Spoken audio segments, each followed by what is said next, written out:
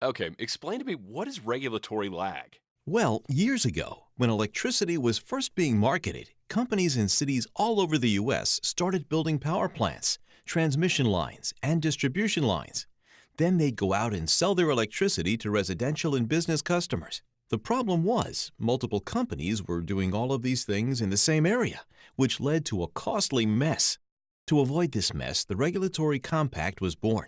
In a given area, one utility was given exclusive right to provide electric service in exchange for the obligation to serve all customers in that area. The utility charges all its customers through rates that are regulated.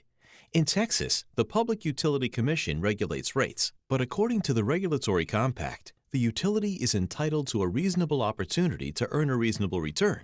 Well, to begin the rate adjustment process, the company first initiates a test year in which it reviews a 12-month period and assesses its costs, assets, sales, load, and appropriate level of return on investments. So rates are set based on the cost of service, that's the cost of capital, operations and maintenance, and taxes. Ooh, could you slow down a bit? I think you might be losing me. Well, remember all the stuff the utility built? That's capital.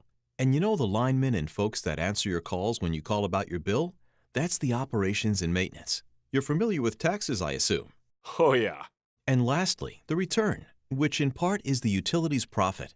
When a utility builds a plant or a transmission line, it costs money. The utility usually raises about half of that money through debt and half through equity, selling stock. The utility must collect through rates enough to cover the O&M, taxes, capital, the interest on the debt, and a return on equity. So, how are rates set?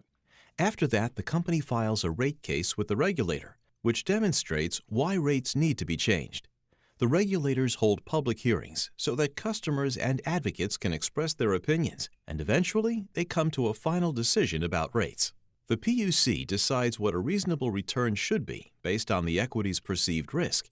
That's called the Utility's Authorized Return on Equity, or ROE. But what if, say, the utility makes a mistake? Do we pay for that? If the PUC determines that the utility made an imprudent investment, the PUC disallows the investment, and the utility won't be able to recover the investment or a return on the investment. Additionally, once rates are set, a utility has an incentive to lower O&M costs because reducing costs means more profit. But what about regulatory lag? Regulatory lag occurs when the cost of service, including the return, does not match rates because there's a delay between the time a change in costs occurs and the time it takes for rates to be updated to reflect those changes. So suppose Acme Electric Company built a $2 billion power plant and planned to recover that cost over the expected useful life of the plant, which is 30 years. But suppose the utility likes charging high rates and avoids coming in for a rate case. The time when rates are higher than they need to be to reflect the appropriate cost of service would be regulatory lag. On the other hand, suppose Acme builds a new plant. Assume rates were set some years ago. Once the plant begins serving customers, Acme must file a rate case, which usually takes up to 5 months.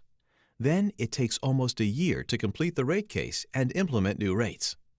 One more example. Suppose Acme's rates are based on a 35% federal income tax rate. Then Congress passes a tax cut, bringing tax rates to 21%. If the utility avoids a rate case for several years, the rates being collected are likely too high. That's also regulatory lag. Okay, I think I get it now. But it sure is complicated.